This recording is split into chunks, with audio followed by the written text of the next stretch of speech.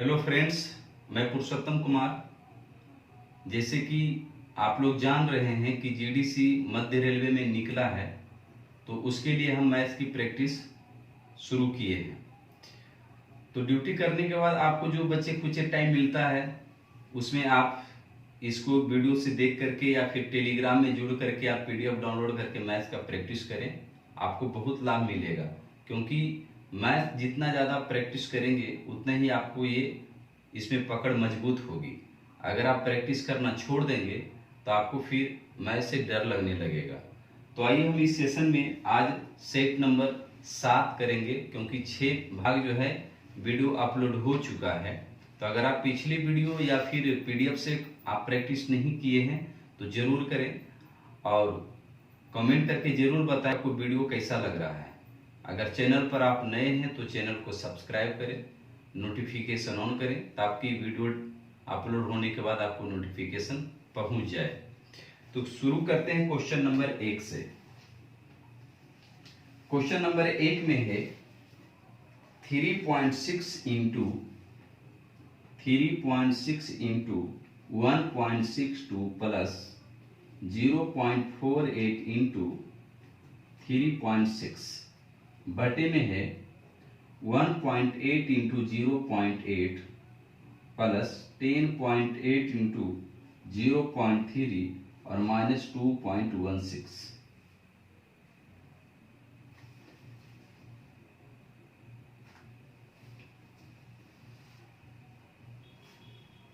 तो देखिए इस क्वेश्चन में हम क्या करेंगे, इसमें कॉमन है 3.6 कॉमन ले लेते हैं तो 1.62 प्लस 0.48 हो जाएगा, और इसमें कुछ फार्मूला पर नहीं बैठ रहा है इसलिए इसको गुना ही करना पड़ेगा। 18 144 मतलब 1.44 प्लस इधर हो जाएगा 8 या 24 और 3 एकम 3 मतलब 3.24 माइनस 2.16। मतलब इसको जोड़ेंगे तो 8 2 10, 3.6 इंटू 8 2 10 और 6 4 10 और 1 11 और 1 1 2 2.10। इसको करेंगे हम तो 4 4 8 और 8 में से 6 गया 2, फिर 4 और 2 6, 6 में से 1 जाएगा 5 और 3 1 4, 4 में से 2 गया 2। अब इसको काटेंगे, दशमलव के बाद 2 डिजिट, दशमलव के बाद 2 डिजिट, खत्म हो जाएगा। इसको काटेंगे 4 से तो 4 छक 24 और 4 तिया 12, 4 नमक 36, फिर इधर हो जाएगा 9 सते 63 और 7 21, मतलब कि यहाँ पर हो जाएगा 3।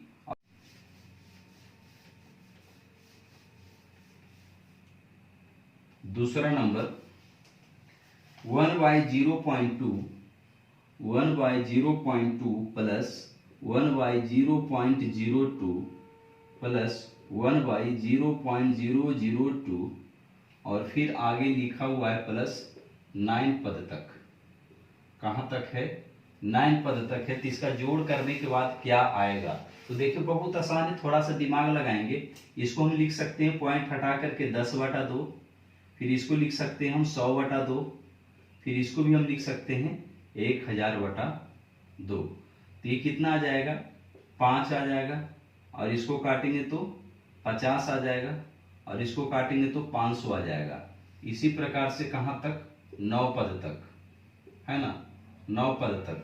तो इसमें क्या करिए, 5 है तो इसको लिख सकते हैं 5 गुना 1 प्लस 5 गुना 10 प्लस 5 गुना 100। इसी प्रकार से जाएगा कहाँ तक? 9 पद तक। तो इसमें 5 पूरा कॉमन ले लेंगे तो हो जाएगा 1 प्लस 10 प्लस 100 प्लस कहाँ तक? 9 पद तक। एक चीज ध्यान दीजिए कि अगर हम लिखते हैं 1 प्लस 10 प्लस 100 तो हमारा कितना आएगा? 3 को 1 आएगा, क्योंकि इसको जोड़ेंगे 100 में 10 तो 110 हो जाएगा, फिर 1 जोड़ेंगे तो मतलब कि यहाँ पर 111 हो गया। तो इसी प्रकार से अगर यहाँ तक करेंगे हम तो कितने 9 आ जाएंगे? 9 पद तक है। तो इसी प्रकार से चलते जाएगा, मतलब 5 इंटू कितना 9 लिखेंगे, 9 वो 1 आ जाएगा, 1 2 3 4 5 6 7 8 9, और फिर जब इसमें 5 से गुना हो जाएगा तो 5 मतलब 9 टाइम्स 5 आ जाएगा, तो 1 2 3 4 5 6 7 8 9, यही हमारा क्या हो जाएगा, आंसर हो जाएगा, है ना, जो कि ऑप्शन आपको सी में दिख रहा है। तो नेक्स्ट क्वेश्चन देखेंगे हम। 3 नंबर में है, कोई दुकानदार अपनी वस्तु की कीमत 125% से बढ़ा देता है और 25% छूट देता है, यदि क्रय मूल्य 640 है तो विक्रय मूल्य क्या होगा। देखिए बहुत आसान क्वेश्चन है। मान लीजिए कि अगर 100 रुपया है ना, तो 125% बढ़ा रहा है, मतलब कितना हो गया 225, 125 से बढ़ा रहा है मतलब 225, उस पे कह रहा है कि 25% छूट देता है, मतलब 225 पे अब 25% छूट देने का मतलब कितना बेचेगा, 75% में बेचेगा। तो 225 का कितना 75% का मतलब होता है 3/4। अब ये जो 100 है, जो क्रय मूल्य हमने माना है, ये तो हमारा अंकित मूल्य हो गया। जो क्रय मूल्य है वो कितना है, क्वेश्चन में दिया हुआ 640, मतलब 100 की जो वैल्यू है, 100 की जो वैल्यू है 640 के बराबर है, तो एक की वैल्यू कितनी हो जाएगी, तो 640/100। तो हमें निकालना है विक्रय मूल्य। तो ये हमारा अंकित मूल्य था और ये हमारा सीपी था, है ना, क्योंकि छूट जो है हमेशा एमपी पर मिलता है। तो एमपी था, तो ये एसपी, तो यही एसपी का वैल्यू पूछ रहा है 225 इंटू 3/4। तो इसमें गुणा करेंगे कितना से, 225 इंटू 3/4, तो इधर भी गुणा करेंगे 225 इंटू 3/4, 25 चौक 100 और 25 नम 225, 4 चौक 16 और 16 चौक 64 हो जाएगा। अब यहाँ गुणा कर लेंगे, 9 तिया 27, 27 चौक 108 पर 10, मतलब कि उसका विक्रय मूल्य कितना था 1080 रुपया, 1080 रुपया। नेक्स्ट क्वेश्चन 4 में है, दी गई आकृति दिया हुआ है और 3 अर्धवृत्त बनाए गए हैं। ए बी बराबर 21 सेंटीमीटर, बी सी बराबर 28 सेंटीमीटर तथा ए सी बराबर 35 सेंटीमीटर है, तो छायांकित भाग का क्षेत्रफल ज्ञात करें। देखिए बहुत बढ़िया क्वेश्चन है, आपको ध्यान से समझना है इस क्वेश्चन को। देखिए एक त्रिभुज है, त्रिभुज बनाने से पहले हम एक अर्धवृत्त बना लेते हैं। ये हमारा अर्धवृत्त है और इसमें एक त्रिभुज बना हुआ है। अब यहां से एक थ्योरम लग जाता है कि अर्धवृत्त पर जो त्रिभुज बनता है तो वहां पर कितना डिग्री का कोण बनता है, 90 डिग्री का कोण बनता है ना। अर्धवृत्त पर त्रिभुज जो बनता है उसका कोण 90 डिग्री का कोण बनता है। उसके बाद जो है इस पर फिर एक अर्धवृत्त बनाया गया है और फिर ये वाली भुजा पर फिर एक अर्धवृत्त बनाया गया है और ये जो है छायांकित भाग है, मतलब रंगा हुआ, और इसी का एरिया हमें पूछ रहा है। तो ध्यान देंगे कि कैसे बनेगा, ठीक है।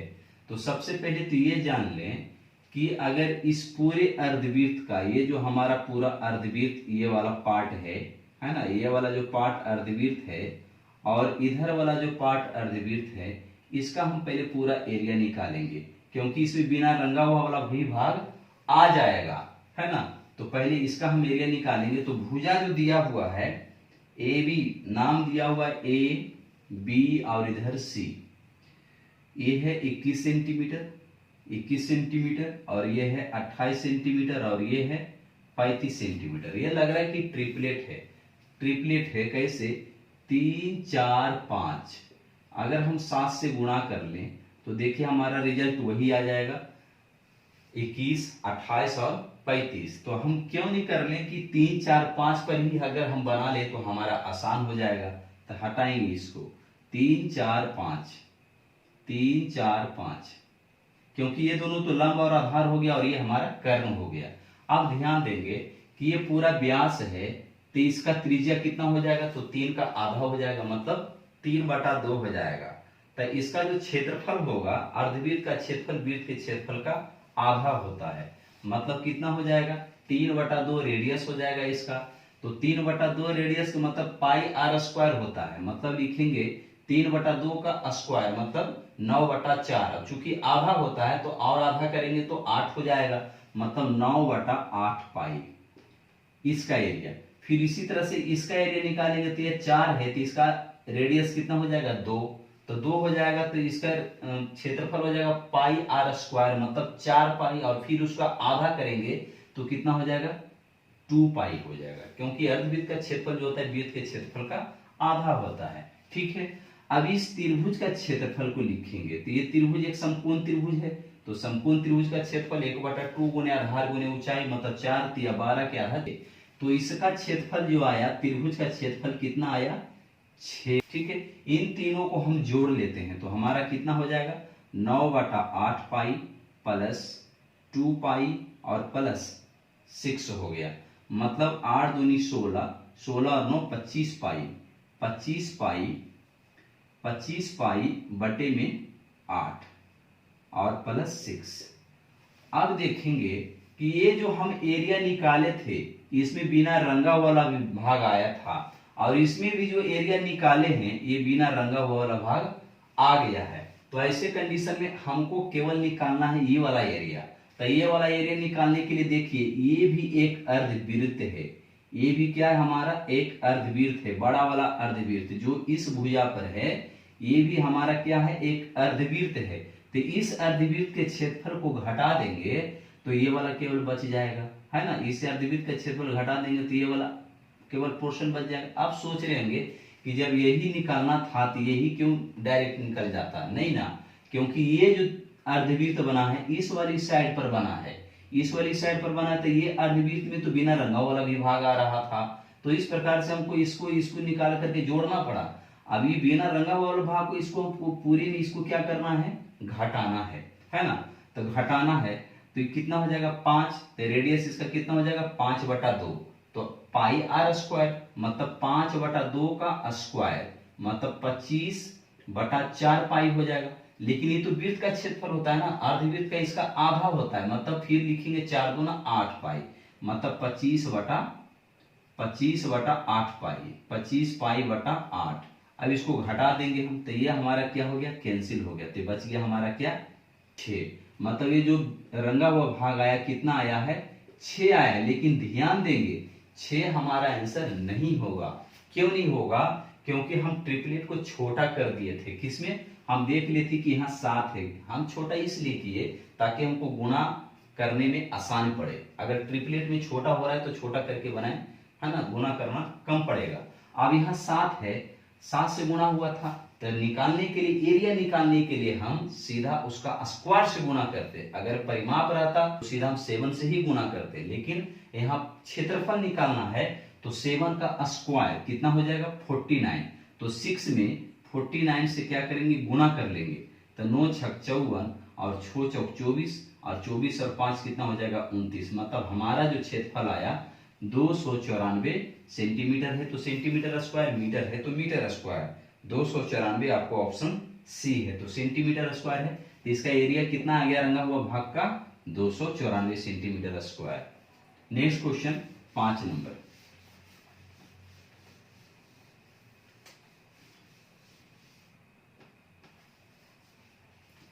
एक वर्गाकार पतंग का विकर्ण 32 सेंटीमीटर तथा इसको 8 सेंटीमीटर आधार वाले एक समबाहु त्रिभुज से जोड़ा गया है, उसे बनाने में कितना कागज इस्तेमाल होगा, मतलब क्षेत्रफल निकालना है। देखिए पतंग है लेकिन वो पतंग जो है वर्गाकार, पतंग पर क्वेश्चन जो है कभी वर्गाकार दे देता है कभी समचतुर्भुज दे देता है, क्योंकि समचतुर्भुज में भी चारों भुजा बराबर होते हैं और वर्ग में भी चारों भुजा बराबर होते हैं। बस फर्क इतना ही है कि उसमें वर्ग में 90 डिग्री का कोण बनता है और समचतुर्भुज बन भी सकता है नहीं भी बन सकता है। तो यहाँ पर पतंग हम बनाने की कोशिश करेंगे। ये हमारा पतंग है और इसमें एक समबाहु त्रिभुज लगा हुआ है, मतलब जो पतंग के जो जिसको हम गांव की भाषा में बोलते हैं ना पुच्छी बोलते हैं, है ना, कि पुच्छी। तब पुच्छी जब भी देखते हैं जो प्लास्टिक वाला या कागज वाला आता है उसके नीचे ऐसे ही छोटा सा लगा हुआ रहता है। तो ये जो है पतंग की बिल्कुल पतंग के ही जैसा लग रहा है।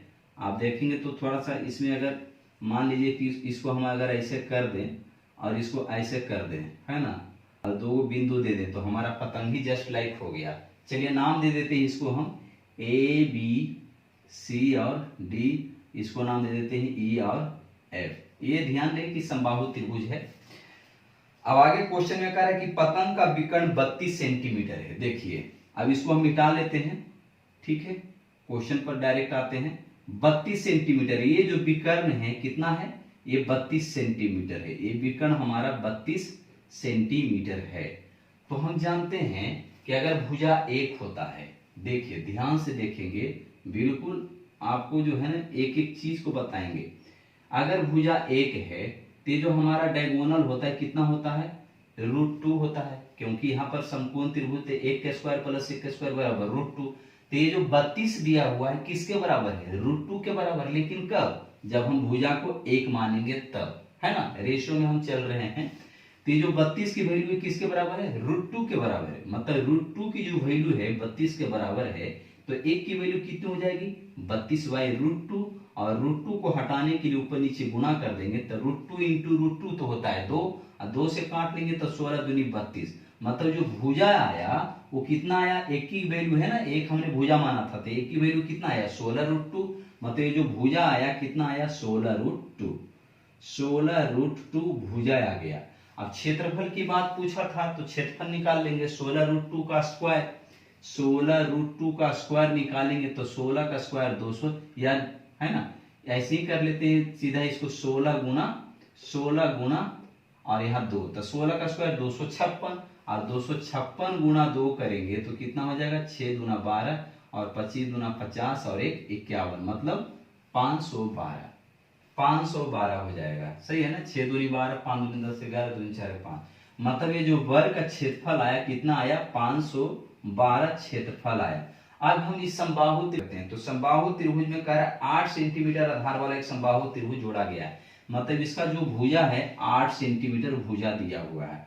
अब देखिए, अगर आपको समबाहु त्रिभुज का क्षेत्रफल याद है तो बहुत बढ़िया है, लेकिन जिनको नहीं याद है उनके लिए, क्योंकि समबाहु त्रिभुज का क्षेत्रफल होता है डायरेक्ट √3/4 इंटू साइड का स्क्वायर, भुजा का स्क्वायर। तो यहाँ से डायरेक्ट आप फार्मूला लगा करके बना सकते हैं, लेकिन जिनको नहीं याद है उनके लिए दूसरा तरीका बता रहा हूँ। यहाँ से हम लंब डालेंगे, और लंब जो है आधार को बराबर बराबर बांटता है, तो ये 4 हो जाएगा और ये 4 हो जाएगा। तो यहाँ 90 डिग्री है, तो ये हमारा लंब हो गया, ये आधार हो गया समकोण त्रिभुज के लिए, और ये कर्ण हो गया।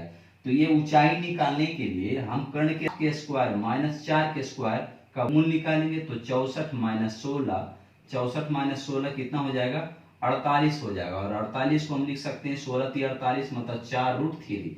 तो जो हाइट आया ये कितना आया, 4√3 आया। अब त्रिभुज का जो क्षेत्रफल होता है, त्रिभुज का क्षेत्रफल 1/2 गुणे आधार गुणे ऊंचाई था। पूरा त्रिभुज का आधार 8 और ऊंचाई हमने निकाल लिया 4√3। ये काट लीजिए, 2 दूनी 4, 8 दूनी 16√3, ये हो गया 16√3। और इधर था 512। क्वेश्चन में जो है √3 का वैल्यू दिया हुआ 1.732, तो इधर हो जाएगा 16 × 1.732। अब इसको गुणा करेंगे, और गुणा करके इसको साथ क्या कर देना है, जोड़ देना है। तो इतना तो आप कर ही सकते हैं, है ना। बढ़ते हैं हम नेक्स्ट क्वेश्चन में, 6 नंबर।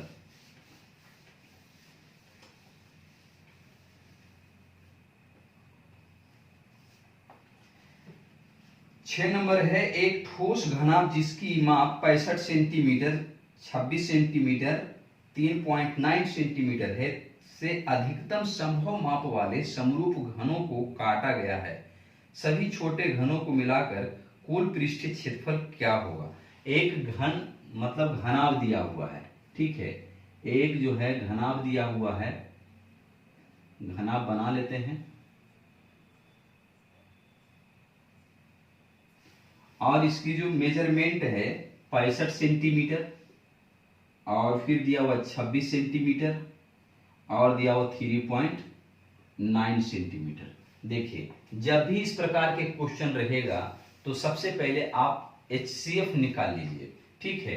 तो इसका HCF कितना आ जाएगा, 1.3, क्योंकि 13 से तो ये सब कट रहा है, लेकिन यहाँ पॉइंट है इसलिए हम 1.3 बोलेंगे।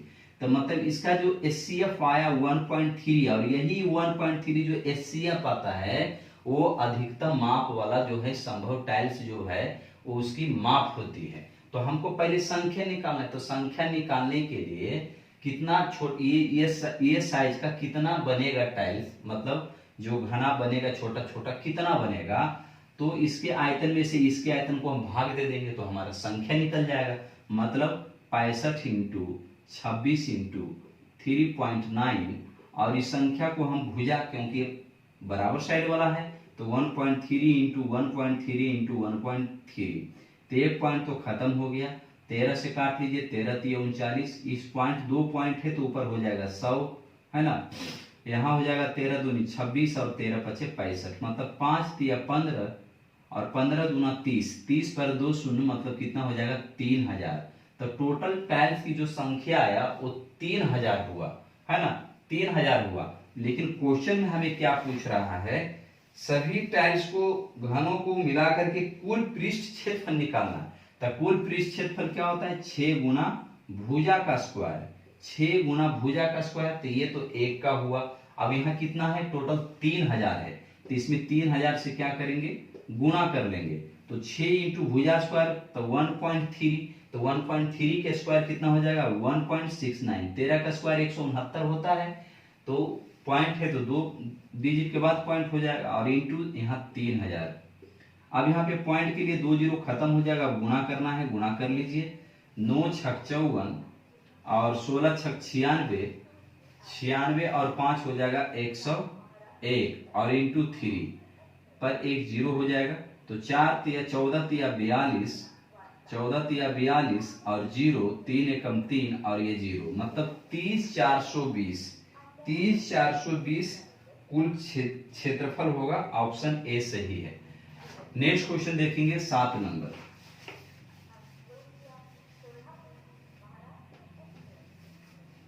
साथ में है 10,000 की कीमत वाली किसी वस्तु पर 12% छूट दी जाती है, परंतु 8,360 में बेची जाती है, तो ग्राहक को कितनी अतिरिक्त छूट मिली है। मतलब आपको छूट पूछ रहा है।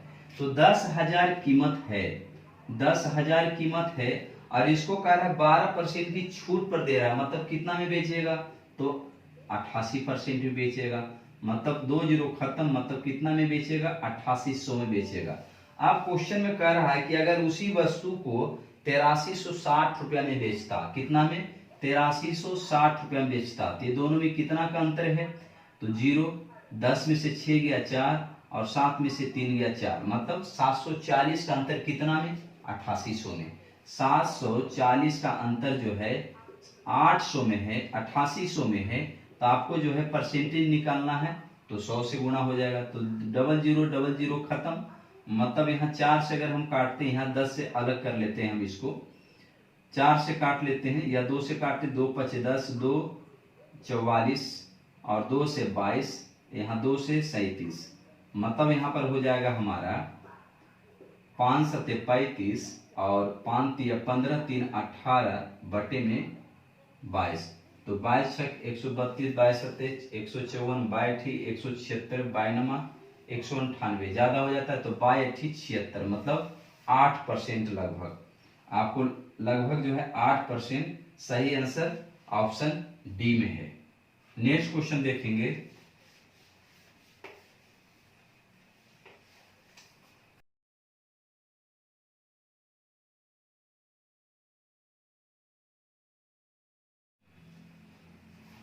आठ नंबर, ए बी सी किसी कार्य को 12, 18 और 36 दिन में कर लेते हैं।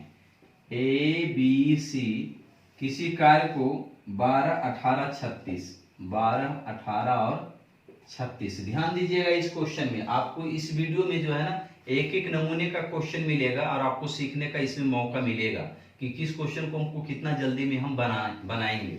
देखिए, तो कह रहा है ये सभी 2 दिन तक काम एक साथ करते हैं और फिर बी कार्य छोड़ देता है, तो इस कार्य को पूरा करने के लिए ए और सी को कितना समय लगेगा।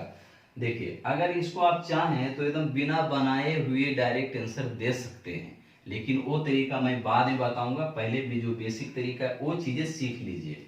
तो देखिए, इसका एलसीएम कितना आ जाएगा 36, तो टोटल काम कितना हो गया 36 हो गया।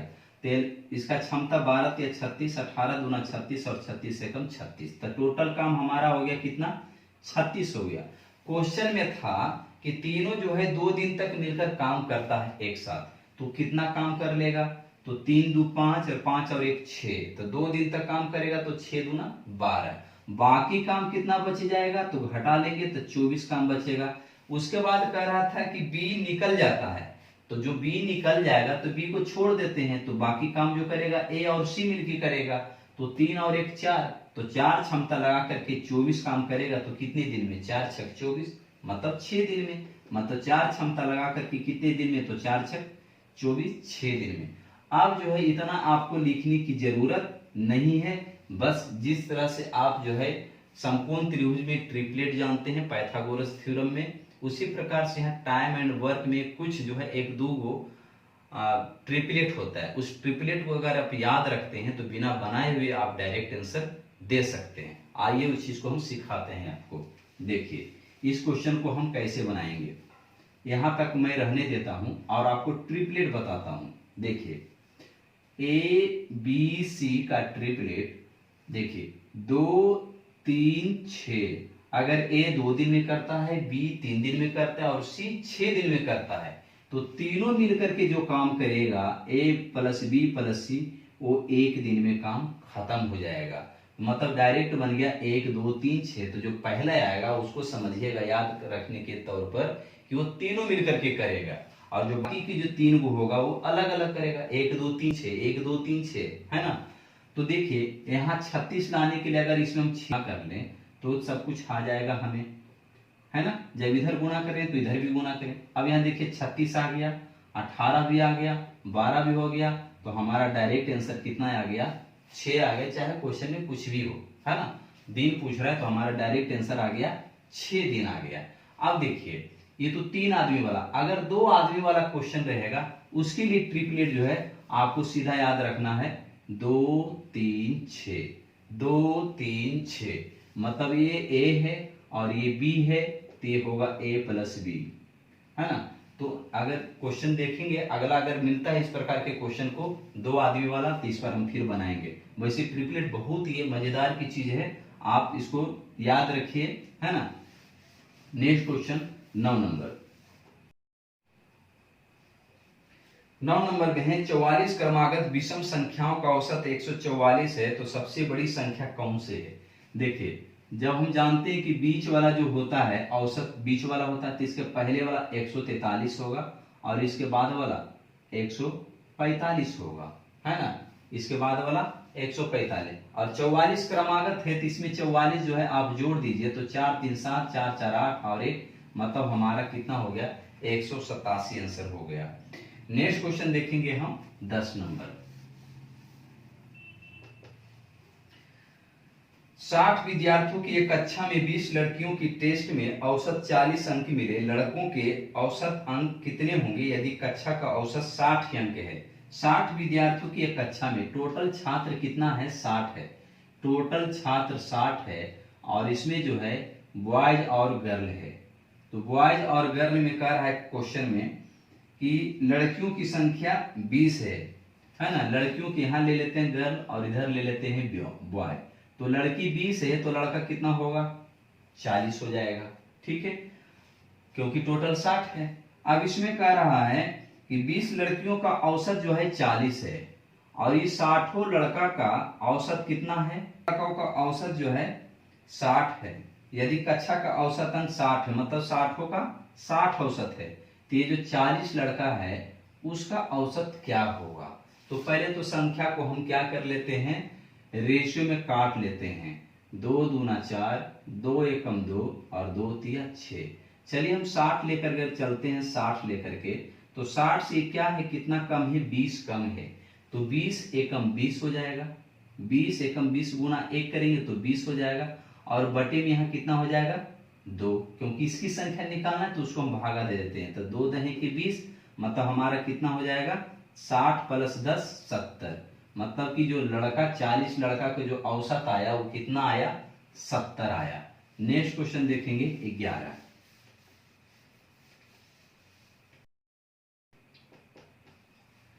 11 में है ब्याज की दर क्या होगी यदि किसी राशि पर तीसरे वर्ष में अर्जित साधारण ब्याज 1750 रुपये और 2 वर्ष के लिए चक्रवृद्धि ब्याज 3622.5 है।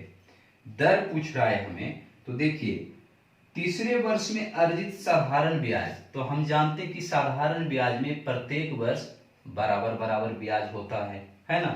तो जो तीसरे वर्ष से मतलब पहले वर्ष भी वही रहा होगा, दूसरे वर्ष भी वही रहा होगा, तीसरे वर्ष भी, क्योंकि सभी वर्ष में उसका ब्याज साधारण ब्याज बराबर होता है।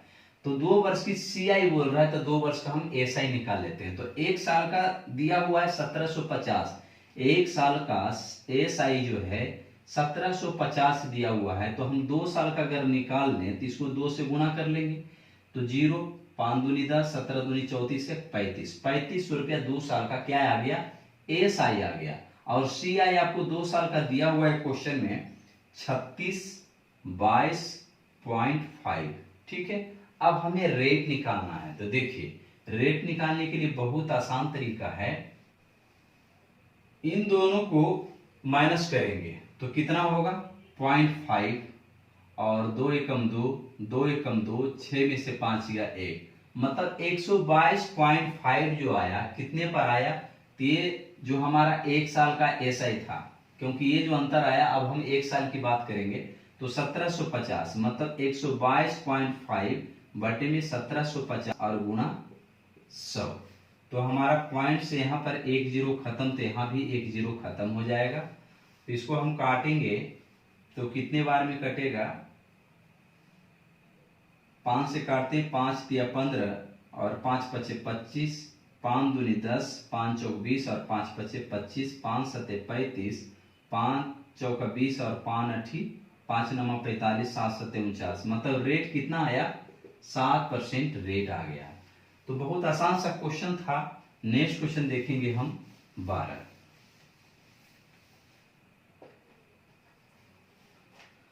12 में एक समद्विबाहु समलंब चतुर्भुज का क्षेत्रफल 176 वर्ग सेंटीमीटर है और उसकी ऊंचाई उसकी समांतर भुजाओं की योग का 2/11 भाग है। यदि समांतर भुजाओं की लंबाइयों में 4:7 का अनुपात हो तो उसका विकर्ण क्या होगा। बहुत बढ़िया क्वेश्चन है, वीडियो स्किप मत करिएगा, देखिएगा कि इसको बनाने का अप्रोच सही क्या है। एक समलंब चतुर्भुज है, एक समलंब चतुर्भुज है और क्वेश्चन में कह रहा था कि इसका क्षेत्रफल 176 है। 176 है तो सबसे पहले इसको आप डबल कर दीजिए, 176 का डबल कर देंगे तो क्या बन जाएगा 6 दूना 12 और 17 दूनी 34 से 35, मतलब 352 हो गया है ना क्षेत्रफल डबल करने के बाद। अब इसमें कह रहा था कि ऊंचाई जो है भुजाओं के योग का 2/11 है और भुजाओं का अनुपात 4:7 है।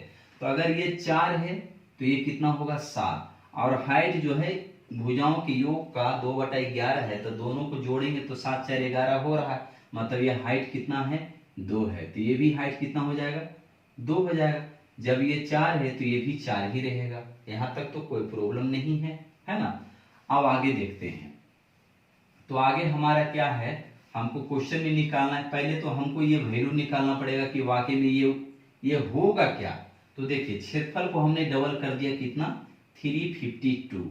ठीक है, अब इधर हम क्षेत्रफल निकालेंगे तो दोनों को जोड़ेंगे तो 7 और 4 11 और हाइट को गुणा करेंगे तो 11 दूनी 22, मतलब कि ये जो 352 आया कितने के बराबर है, 22 की वैल्यू 352 आया। इसको काटेंगे 22 एकम 22, 22 एकम 22 और 22 छक 132, मतलब 16 आ गया।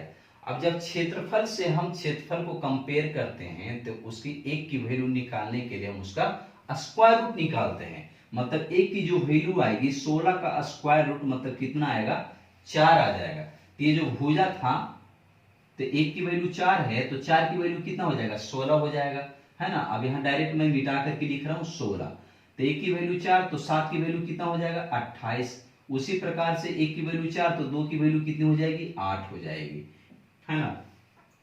अब हम आगे बढ़ते हैं तो देखिए ये 16 है तो ये कितना हो गया 16, बाकी कितना बचा, तो बाकी बच जाएगा 12।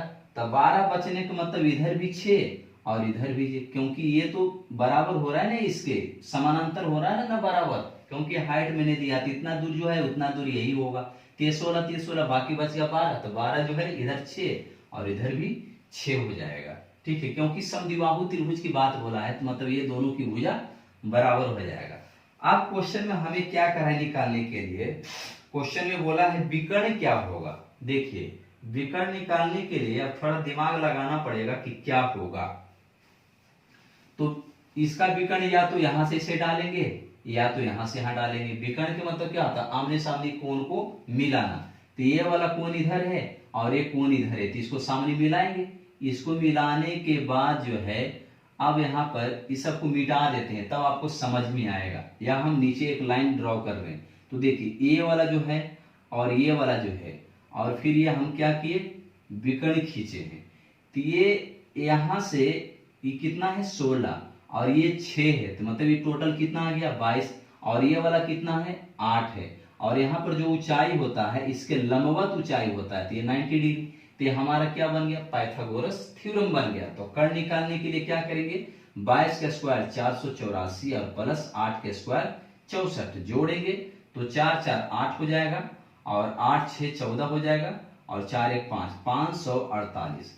548 को हम तोड़ेंगे तो कितना से होगा, 16 से अगर तोड़ते हैं तो 16 3 48, 16 3 48 और 14 में से 8 गया 6, तो 16 3 48 से तो नहीं कटेगा। चलिए हम 4 से कर लेते हैं इसको। 4 से अगर मैं कर लेता हूँ 548 को, तो 4 गुणा करेंगे तो 4 एकम 4, फिर 4 तिया 12 और 4 सत्ते 28, मतलब कि ये कितना आ जाएगा 2√137। इस पर निकलेगा तो क्या आएगा 2√137, मतलब ये जो विकर्ण की लंबाई हुआ कितना हुआ 2√137 सेंटीमीटर या मीटर जो भी हो वो हमारा आंसर हो जाएगा। तो 2√137 जो है आपको ऑप्शन डी में है। तो बहुत बढ़िया एक नंबर का क्वेश्चन है, कितना कम जगह में हो गया है ना। नेक्स्ट क्वेश्चन देखेंगे 13 नंबर।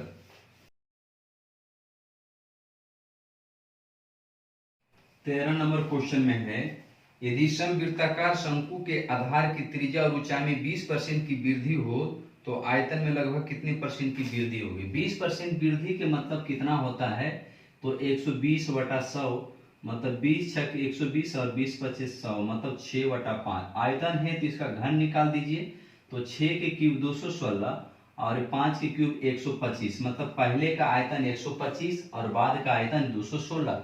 कितना की वृद्धि होगी, तो 6 में से 5 गया 1 और 11 में से 2 गया 9, 91 की वृद्धि हो गया। लेकिन किस में से, 125 में, क्योंकि परसेंटेज वृद्धि बराबर वृद्धि या कमी बटा प्रारंभिक मूल्य गुणा 100। तो 91 जो आया कितने में, 125 में, तो 125 और परसेंटेज निकालना है तो 100 से, 25 25 125, 25 चौक 100, 4 से गुणा करेंगे, 4 एकम 4, 9 चौक 36। 5 से भाग देने से अच्छा है कि 2 से गुणा करके हम पॉइंट लगा देंगे, तो 4 दूना 8 और 36 दूना 72 के बाद एक पॉइंट लगा देंगे, मतलब 72.8% जो है उसके आयतन में क्या हो जाएगा, वृद्धि हो जाएगा। Next question 14 number.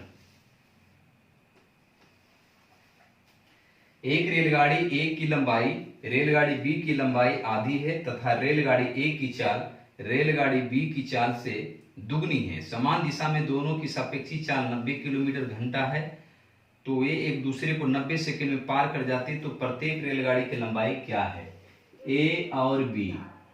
उसकी लंबाई जो है, उसकी लंबाई का रहा है कि बी की लंबाई की आधी है। बी की लंबाई की आधी मतलब अगर ये 2 है तो ये 1 होगा। उसके बाद चाल की बात कर रहा है, स्पीड की बात कर रहा है, तो यहाँ स्पीड की बात कर रहा है, तो ए की चाल बी की चाल से दुगनी है। ए की चाल बी की चाल से दुगनी है। सापेक्षी चाल कहता है 90 किलोमीटर प्रति घंटा है, तो एक दूसरे को, तो 90 किलोमीटर प्रति घंटा को पहले हम मीटर प्रति सेकंड में बदल लेते हैं, तो 90 गुना 5/18 का मतलब 18 5 90 और 5 5 25 मीटर प्रति सेकंड सापेक्ष चाल आ गया। तो सापेक्ष चाल का मतलब क्या होता है, जब समान दिशा में रखता है तो सापेक्ष चाल घट जाता है ना, सापेक्ष चाल घट जाता है। तो यहाँ पर कितना हो जाएगा, 2 में से 1 जाएगा तो 1 हो जाएगा, मतलब 1 की वैल्यू यहाँ पे 25 है। दूरी निकालना है तो दूरी बराबर चाल इंटू समय जानते हैं, तो समय यहाँ 25 चाल 25 और समय यहाँ पर दिया हुआ है 90। तो यहाँ गुणा करेंगे तो कितना हो जाएगा, 9 5 45, 9 5 45 और 9 दूनी 18, 18 और 4 22, 2250, 2250। तो यहाँ पर जो 2250 आया दोनों की कुल दूरी आया, मतलब दोनों की कुल लंबाई आया। तो यहाँ जो 2250 से 2 और 1 3, तो 3 की वैल्यू 700, 2250 काटेंगे 3 7 21 और 3 5 15 750, तो एक की लंबाई 750, तो दो की, एक की वैल्यू 750, तो दो की वैल्यू कितना आ जाएगा 1500, मतलब इसकी लंबाई 1500 मीटर होगा और इसकी लंबाई 750 मीटर होगा। बिल्कुल आपको रेशो पर ही बनाए, कोई दूसरा मीटर फार्मूला कुछ भी नहीं है। नेक्स्ट क्वेश्चन देखेंगे 15 नंबर। 15 नंबर है, दो खंभे जिनकी ऊंचाई 60 मीटर तथा 35 मीटर है की चोटियों की रस्सी से जोड़ा गया है, यदि उसकी क्षैतिज के साथ कोण बनाती है जिसकी स्पर्शजिया, मतलब स्पर्शजिया की इंग्लिश में बोलते हैं टेंजेंट, है ना। तो कह रहा है 5/9 है, तो दोनों खंभों की बीच की दूरी क्या है। देखिए क्वेश्चन में दो खंभा है, एक खंभा और ये एक खंभा है, एक छोटा बड़ा है।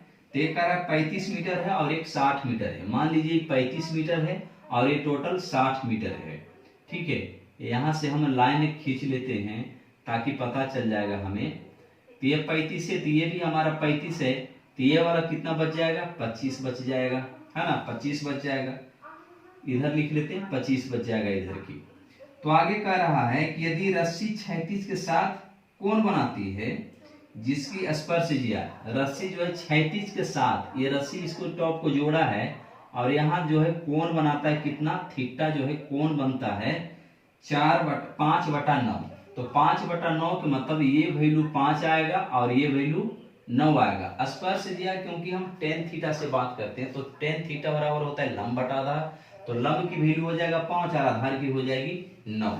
तो क्वेश्चन में पूछ रहा है दोनों खंभे के बीच की दूरी क्या है, मतलब ये जो दूरी है, ये जो दूरी है या फिर ये दूरी है, वो वैल्यू क्या है। बहुत आसान है, देखो 5 की वैल्यू कितनी है 25, तो 1 की वैल्यू कितना आया 5, तो 9 की वैल्यू कितना आ जाएगा 45 आंसर हो गया, है ना। इस क्वेश्चन में कोई जान नहीं है, अगर आप इसको लंबा चौड़ा लेकर के जाएंगे आप तो बहुत कठिनाई पड़ जाएंगे। तो सीधा रेशियो मेथड से 5 की वैल्यू 25, तो 1 की वैल्यू 5, तो 9 की वैल्यू कितना हो जाएगा 45, मतलब दोनों खंभे के बीच की दूरी 45 मीटर आंसर। क्वेश्चन 16,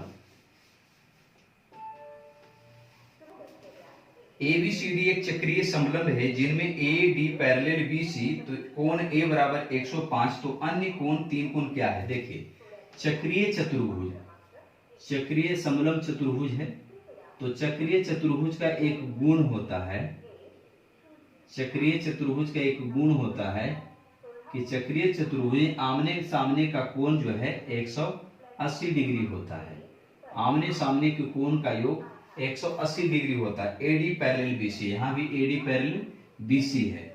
आगे कह रहा है कोण A बराबर 105 डिग्री। तो जब अब ये भी जानते हैं कि जब समानांतर रेखा रहता है तो उसके दोनों समानांतर रेखा के बीच के अंतःकोण का योग 180 डिग्री होता है, ये भी जानते हैं। जैसे ये समानांतर रेखा है तो ये वाला कोण और ये वाला कोण दोनों को जोड़ करके 180 ही आएगा, तो यहाँ 105 है तो ये कितना होगा 75 डिग्री। जब 105 है तो ये भी कितना होगा 75 डिग्री, क्योंकि चक्रीय चतुर्भुज से ये वाला गुण हो रहा है और ये समानांतर वाला से गुण हो रहा है। यहाँ भी आप समानांतर वाला से गुण लगाएंगे तो 105 डिग्री हो जाएगा, मतलब कि एंगल A बराबर 105 डिग्री और एंगल B बराबर 75 डिग्री और एंगल C बराबर भी 75 डिग्री और एंगल D बराबर हो गया 105 डिग्री। अब ऑप्शन में देख लेते हैं कि कौन सा मिलता है। एंगल B बराबर 75, एंगल C बराबर 75 और एंगल D बराबर 105 डिग्री, तो हमारा पहला ऑप्शन सही है। नेक्स्ट क्वेश्चन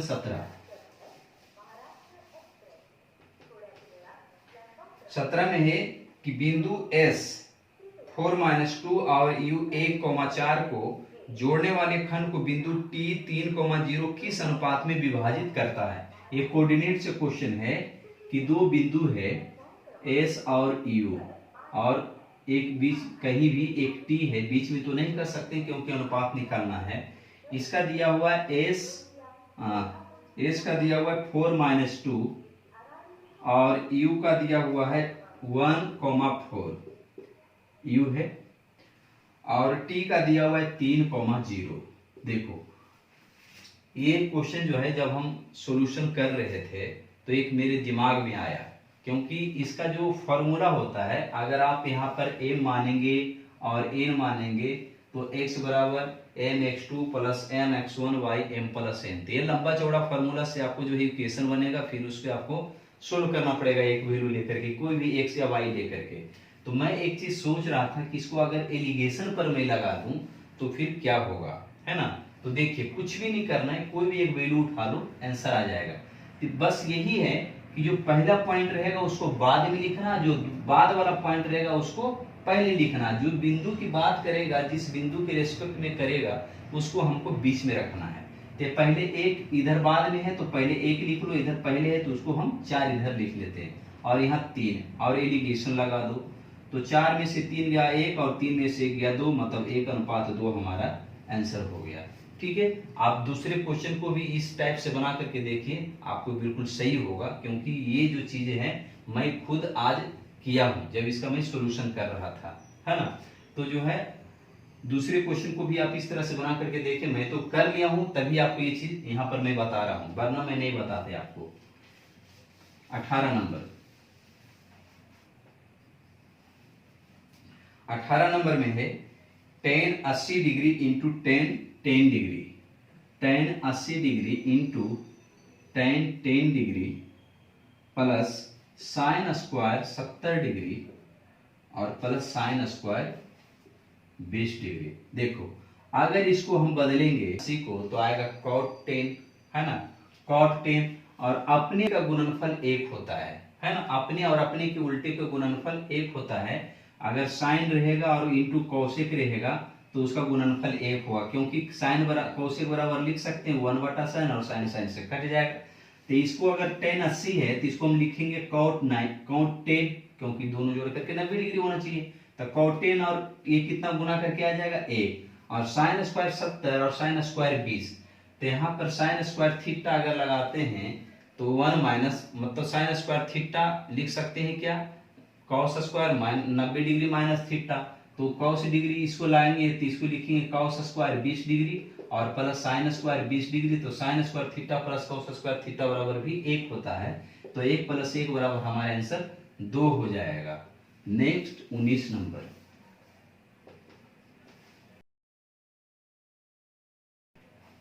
यदि अल्फा प्लस बीटा बराबर 90 डिग्री, अल्फा प्लस बीटा बराबर 90 डिग्री और दिया हुआ अल्फा रेशियो बीटा बराबर 2:1, तो क्वेश्चन में है cos alpha ratio cos beta. देखो यहाँ पर दोनों का योग 90 है, रेशियो में 3 का वैल्यू 90, 3 के वैल्यू 90 के बराबर, तो 1 वैल्यू 30 के बराबर, तो 2 की वैल्यू कितना हो जाएगा 60 और 1 की वैल्यू हो जाएगा 30, मतलब अल्फा हो जाएगा 60, तो cos 60 डिग्री और यहाँ हो जाएगा cos 30 डिग्री। तो cos 60 के मतलब 1/2 और cos 30 के मतलब √3/2, रेशियो निकाल दो, मतलब 1:√3 आंसर, 1:√3 आंसर आपको पहले ही ऑप्शन है ए। नेक्स्ट क्वेश्चन 20,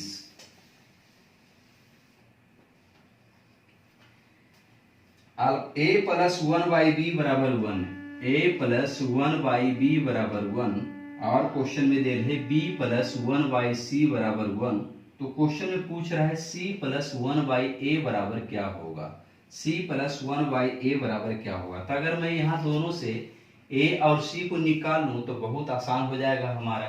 तो यहाँ से अगर मैं निकाल लूं a बराबर 1 - 1/b, मतलब a बराबर लिखेंगे b - 1/b। तो अगर इसको हम रेसिप्रोकल कर ले तो 1/a बराबर क्या हो जाएगा, ये भी रेसिप्रोकल हो जाएगा, तो b/b - 1। तो हमारा 1/a की वैल्यू निकल गया। इसी प्रकार से हम c की वैल्यू अगर निकालना चाहें तो 1/c बराबर 1 - b, कुछ नहीं तो बटा में 1, तो c बराबर क्या हो जाएगा 1/में 1 - b, और इसी वैल्यू को जो है आप यहाँ पर पुट कर दो, तो 1/1 - b प्लस 1/a का वैल्यू है b/b - 1।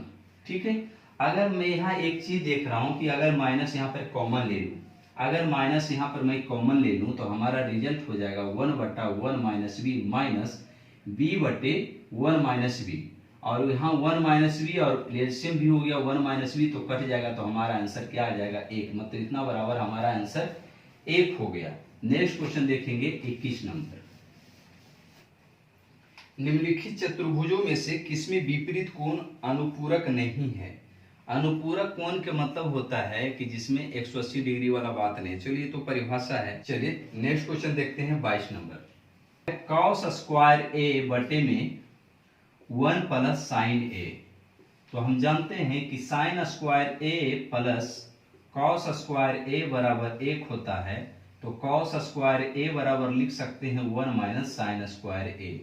मतलब यहाँ बराबर हो जाएगा 1 माइनस साइन स्क्वायर ए बटे में 1 प्लस साइन ए।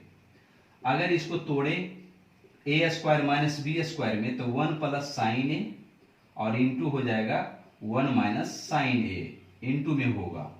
तो यहाँ पर भी अगर चेंज कर लें तो 1 प्लस साइन ए इंटू 1 माइनस साइन ए और नीचे में हो जाएगा 1 प्लस साइन ए।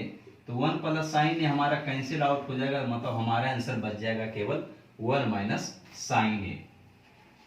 नेक्स्ट क्वेश्चन 23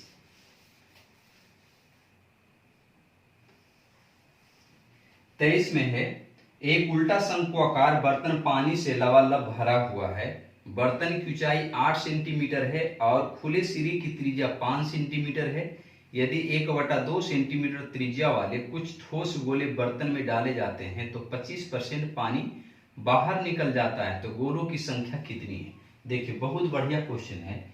एक शंकु है और ये पानी से भरा हुआ है। इसकी त्रिज्या कह रहा है क्वेश्चन में कि 5 सेंटीमीटर है और इसकी ऊंचाई 8 सेंटीमीटर है। ये इसकी जो ऊंचाई है 8 है और इसका जो रेडियस है ये 5 है। r बराबर 5 है और हाइट बराबर 8 है। इसमें कह रहा है कि गोला कुछ जो है गोला डाला जाता है। मान लीजिए ये गोला डाला जाता है जिसकी रेडियस जो है, इसको मैं लिख लेता हूँ कैपिटल R से। गोले की त्रिज्या को कैपिटल R से मैं लिख लेता हूँ। तो ये दिया हुआ 1/2 सेंटीमीटर, ठीक है। और जब इसमें गोला डालता है तो कह रहा है कि 25% पानी बाहर निकल आता है। तो मतलब पानी जितना रहेगा उतने ही की बात हम करेंगे। तो 25% पानी बाहर, मतलब 1/4 भाग उसका पानी बाहर निकल जाएगा। मतलब अगर हम दोनों का रेशियो निकालते हैं तो देखिए शंकु का आयतन होता है 1/3 पाई स्क्वायर एच और मैं इसका अगर रेशियो निकाल लेता हूं तो 4/3 पाई r क्यूब। तो पाई से पाई कैंसिल, 3 से 3 कैंसिल, मतलब r स्क्वायर एच और रेशियो कितना हो जाएगा 4r क्यूब। 4r cube. तो अगर हमें गोले की संख्या निकालना है तो मान लेते हैं कि जो आयतन है इसके बराबर आयतन, और इसे हम मान लेते हैं कि n गोला है तो इसके आयतन के बराबर हो जाएगा। लेकिन ये ध्यान देना है कि इसके जो पानी था इसमें 25% निकल गया था, मतलब 1/4 इसका पानी निकल गया था। तब इसका कुछ नहीं करना, वैल्यू पुट कर दीजिए, आंसर आ जाएगा आपको। तो 1/4 इंटू r स्क्वायर मतलब 5 इंटू 5 और h कितना है 8 है, तो 4 दूना 8 हो जाएगा। बराबर इधर लिखेंगे 4 इंटू r क्यूब मतलब 1/2 का क्यूब मतलब 1/8 और n हमें निकालना है तो ये 4 दूना 8 हो जाएगा, ठीक है। अब यहाँ से गुना कर लीजिए तो 5 × 5 = 25 दूना 50 और दूना 100, मतलब गोले की संख्या कितना आ गया 100 आ गया। अगर आप फार्मूला भी लगाएंगे तो आपको इसी तरह से आएगा, क्योंकि हमने भी तो फार्मूला लगाया बट हमने रेशियो में करके किया हूं, है ना। नेक्स्ट 24 नंबर 24 में है 3500 रुपये को 3 वर्ष के लिए साधारण ब्याज वाली एक योजना में 16% प्रति वर्ष ब्याज की दर से निवेश किया गया है। 3 वर्ष बाद कितना मिश्रधन होगा? देखिए मान लेते हैं कि मूलधन हमारा 100 रुपया है, ठीक है। तो जो एसआई आएगा, इसका एसआई आएगा 3 वर्ष के लिए 16% की दर से, तो 16 तिया 48%। लेकिन अगर हम अमाउंट की बात करेंगे तो कितना हो जाएगा 148 के बराबर हो जाएगा, है ना, क्योंकि हमने 100 माना है, इसलिए अमाउंट बराबर हो जाएगा 100 + 48 मतलब 148। अब क्वेश्चन में जो है 100 की वैल्यू कितना दिया हुआ है तो 35 दिया हुआ है, तो एक की वैल्यू कितनी आ जाएगी 35 आ जाएगी, डबल जीरो खत्म। तो ये 148 की वैल्यू कितनी आ जाएगी तो 35 का 48। इसको काटने के नियम है, 5 से काटेंगे 5 × 7 = 35, 2 से काटेंगे 2 × 7 = 14 और 2 × 8, 7 × 28, 7 × 7 = 49 और 2 = 51 और 0, मतलब 5180 रुपया जो है 5180 आपको ऑप्शन सी सही है ना। इतना मिश्रधन हो जाएगा। नेक्स्ट क्वेश्चन 25 देखेंगे। 25 में है त्रिभुज एबीसी में त्रिभुज एक बना हुआ है और एबीसी की बात कह रहा है, कह रहा है एंगल सी बराबर एंगल बी बराबर एंगल 5C, मतलब एंगल बी जो है एंगल 5C और फिर एंगल ए बराबर एंगल 3C, एंगल ए बराबर एंगल 3C और ये तो एंगल सी है ही। तब कह रहा है कि सी का माप बताइए। तो बहुत आसान सा क्वेश्चन है, 5 3 8 और 8 और कुछ नहीं थे 1 9, 9C की वैल्यू कितना हो जाएगा 180 के बराबर, क्योंकि त्रिभुज के तीनों या कईयों 180 होता है। तो 20 में 180 मतलब सी की वैल्यू कितनी हो जाएगी 20 डिग्री। अगर सबके पूछेगा तो ये 100 हो जाएगा और ये 60 हो जाएगा। नेक्स्ट 26 नंबर, 26 नंबर में है त्रिभुज एबीसी के शीर्षों को केंद्र मानकर 3 वृत्त खींचे गए हैं जिनमें से प्रत्येक अन्य दोनों को बाह्य स्पर्श करता है, यदि क्या होगा। देखिए 10 8 6 एक ट्रिपलेट है ना, 3 4 5 का ट्रिपलेट है।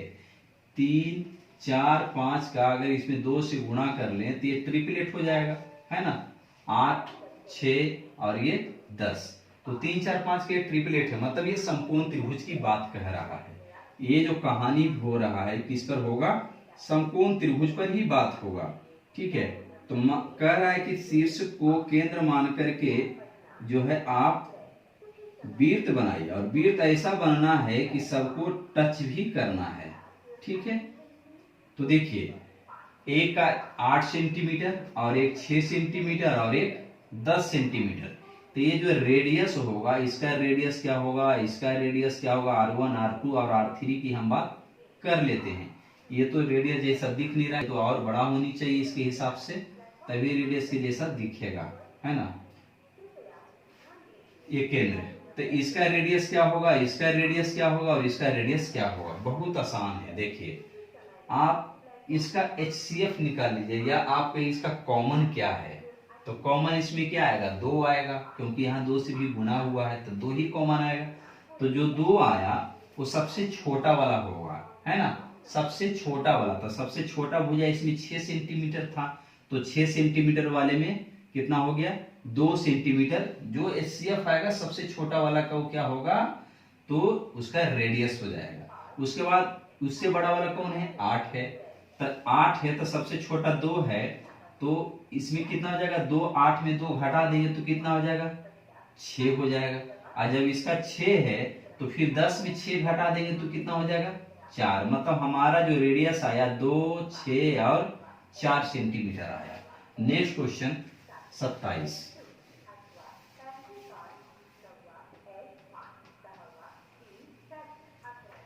सेक A minus 10A, sec A minus 10A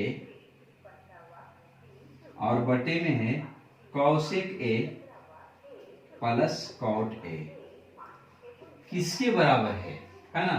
option दिया हुआ है, आपको ऑप्शन दिख रहा होगा, है ना। तो देखिए हम डायरेक्ट बनाते हैं, इसको हम परमेयीकरण करते हैं। परमेयीकरण के मतलब हम साइन को बदल करके ऊपर नीचे हम गुणा करते हैं। तो इसको अगर हम परमेयीकरण करेंगे सेक A माइनस 10A को, तो यहां करेंगे सेक A और प्लस 10A और बटे में फिर करेंगे सेक A प्लस 10A। उसी तरह से इसमें हम गुणा करेंगे इसका cosec A plus cot A, तो इसका परमेयीकरण हो जाएगा cosec A minus cot A और बटे में cosec A minus cot A। अब इसको एक साथ मिला लीजिए तो क्या हो गया सेक स्क्वायर माइनस 10 स्क्वायर, तो सेक स्क्वायर माइनस 10 स्क्वायर बराबर 1 होता है, तो इतना बराबर 1 हो गया। अब इसको एक साथ मिला लीजिए तो फिर ये हो जाएगा cosec square minus cot square, क्योंकि A plus B into A minus B, है ना। तो cosec square theta minus cot square theta बराबर 1, तो इतना बराबर भी 1 हो गया। तो केवल हमारा बच गया cosec A minus cot A और नीचे बच जाएगा sec A plus tan A। तो यही हमारा फाइनली क्या है आंसर है। तो बहुत आसान सा क्वेश्चन है, केवल परमेयीकरण करना पड़ा, साइन चेंज करके उतना ही हमारा आंसर निकल गया। नेक्स्ट क्वेश्चन देखेंगे 28, 28 में है। एक त्रिभुज के तीनों कोनों की माप का अनुपात 1 2 3 है, तो बहुत आसान है। 3 2 5 और 1 6, 6 की वैल्यू 180 के बराबर, मतलब एक की वैल्यू निकल जाएगा 30 डिग्री के बराबर। तो कह रहा है सबसे बड़े कोण, तो 30 दिया 90 डिग्री हो जाएगा आंसर, है ना। ये तो आसान सा क्वेश्चन था। 29 नंबर देखते हैं। 29 नंबर में है x square minus 4x plus 1 बराबर 0। तो क्वेश्चन में है एक्स क्यूब प्लस 1 बटा एक्स क्यूब वैल्यू क्या होगा। इस टाइप के क्वेश्चन हम पिछली वीडियो में भी किए हैं, जाकर के आप देखिए और समझिए, इसको पॉज करके आप बनाने की कोशिश करिए। देखिए, तो ये होगा x square minus x plus 1 बराबर 0 दिया हुआ है। अगर मैं इसको सोचूं कि x से भाग दे देते हैं तो x बचेगा और इसमें बचेगा, और इसमें कितना होगा 1/x। भाग देंगे मतलब सब में सेपरेट अलग अलग x से भाग देंगे। अब यहाँ इसको एक साथ रखने की कोशिश करेंगे, x प्लस 1/x माइनस 4 को उधर लेके जाएंगे तो हमारा 4, तो x प्लस 1/x की वैल्यू हमारा 4 आ गया। अब हम जानते हैं कि यदि x प्लस 1 बटा x बराबर k है तो x क्यूब प्लस 1 बटा एक्स क्यूब बराबर क्या होता है k की क्यूब माइनस 3k। k की क्यूब माइनस लगाइए तो हमारा क्या हो जाएगा x क्यूब प्लस 1 बटा एक्स का 4 की क्यूब 64 माइनस 3k, मतलब 4 तिया 12 घटा दीजिए तो 4 में से 2 गया 2 और 5 6 में से 1 गया 5, मतलब हमारा 52। अब ये चीजें कैसे आए, तो फॉर्मूले भी लगा सकते हैं। a प्लस बी का whole cube, a cube plus B cube plus 3ab into a plus B, उससे भी आप बना सकते हैं। लेकिन ये सभी बहुत पुरानी चीजें हैं, बेसिक चीजें हैं, है ना। तब तक आपका टाइम गुजर जाएगा। 30 नंबर में है कि यदि X square plus Y square plus Z square बराबर 14 और दिया हुआ है X Y plus Y Z plus Z X बराबर 11, तो कह रहा है X plus Y plus Z का होल स्क्वायर बराबर है। ये तो डायरेक्ट है, कुछ करने की भी जरूरत नहीं है। A plus B plus C का होल स्क्वायर पर बना हुआ है, तो A square plus B square plus C square, तो 14 direct 14 plus 2 into A B plus B C plus C A, तो 2 इंटू से खाली 11 दूनी 22 गुणा कर लीजिए तो 14 और 22 कितना हो जाएगा हमारा 36 आंसर। डायरेक्ट 36 आंसर हमारा ऑप्शन आपको जो है सी हो जाएगा। 31 नंबर क्वेश्चन देखते हैं। 31 में है कौशिक थीटा बराबर 1/4x प्लस x। तब कह रहा है क्वेश्चन में cosec theta plus cot theta, cosec theta plus cot theta का वैल्यू क्या होगा। देखिए बहुत आसान है, इसको हम ऐसे भी लिख सकते हैं x प्लस 1/4x, कोई दिक्कत तो नहीं है क्योंकि प्लस में आगे पीछे हम लिख सकते हैं, ठीक है। Square theta minus cot square theta बराबर 1, अभी जस्ट इसके पिछले क्वेश्चन में किए थे, 2 क्वेश्चन पीछे, है ना। तो अगर यहाँ से लिखूं मैं कि cosec square theta minus cot square theta बराबर 1, यहाँ से मैं कॉट की वैल्यू निकाल लें क्योंकि कौशिक की वैल्यू तो दिया हुआ। अगर यहाँ से हम कॉट की वैल्यू निकाल लें, दोनों को जोड़ देंगे तो हमारा आंसर निकल जाएगा, क्योंकि कौशिक प्लस कॉट ही तो पूछ रहा है।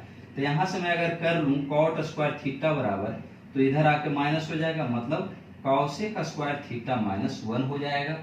तो कौशिक स्क्वायर थीटा माइनस 1 के मतलब x प्लस 1/4x का होल स्क्वायर और माइनस 1 हो जाएगा, मतलब कि x square plus 1/16x square plus 2 ये भी करेंगे तो 2 इंटू एक्स इंटू 1/4x, तो 4x कैंसिल हो जाएगा और 2 दूनी 4 और माइनस 1, मतलब x square plus 1/16x square, और इधर हो जाएगा 1/2 माइनस 1, मतलब माइनस 1/2। तो यहाँ बैठ जाएगा a माइनस बी के होल स्क्वायर पर फॉर्मूला, क्योंकि अगर आप जो है फिर करेंगे 2 इंटू एक्स इंटू 1/4x, तो आपको जो है 1/2 ही आने वाला है, केवल माइनस में है। इसका मतलब a माइनस बी के होल स्क्वायर पर ये बैठ रहा है, मतलब लिख सकते हैं कॉट स्क्वायर थीटा बराबर x माइनस 1/4x का होल स्क्वायर है, तो ये स्क्वायर कैंसिल आउट हो जाएगा, मतलब कॉट थीटा बराबर x माइनस 1/4x, और जब ये दोनों को जोड़ेंगे, है ना, तो ये 1/4x और ये 1/4x कट जाएगा, क्योंकि प्लस में है तो केवल x प्लस x बराबर हमारा क्या हो जाएगा, 2x हो जाएगा। समझ गए होंगे, क्योंकि दोनों को जोड़ेंगे तो 1/-4x है और यहाँ 1/4x प्लस में है, तो ये दोनों क्या हो जाएगा, कट जाएगा, तो x प्लस x बराबर 2x हमारा आंसर हो जाएगा। तो ठीक है फ्रेंड्स, वीडियो में हम 31 क्वेश्चन तक ही रखते हैं और फिर इसी प्रकार हम मिलते हैं नए वीडियो में, नए सेट 8वां लेकर के। तो आपको वीडियो ये कैसा लगा कमेंट करके जरूर बताएं और दोस्तों के साथ शेयर जरूर करें। आपके लिए इतना मेहनत से हम बनाते हैं, है ना, ताकि आपका मैथ का प्रैक्टिस हो सके।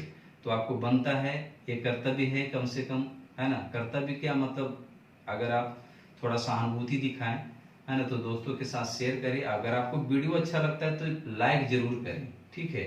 लाइक करेंगे तो हमको भी जो है उत्साह बढ़ेगा और आपके लिए हम ऐसी वीडियो लाएंगे, क्योंकि हम भी ड्यूटी करते हैं आपके जैसे, टाइम मिलता है। अभी जो है मैं रात में करीब 12 बजे के आसपास ये वीडियो रिकॉर्ड कर रहा हूँ, फिर इसको एडिट करूँगा, फिर आपको जो है सुबह वीडियो जो है अपलोड करते हैं, है ना। तो फिर मिलते हैं नेक्स्ट वीडियो में, तब तक के लिए धन्यवाद।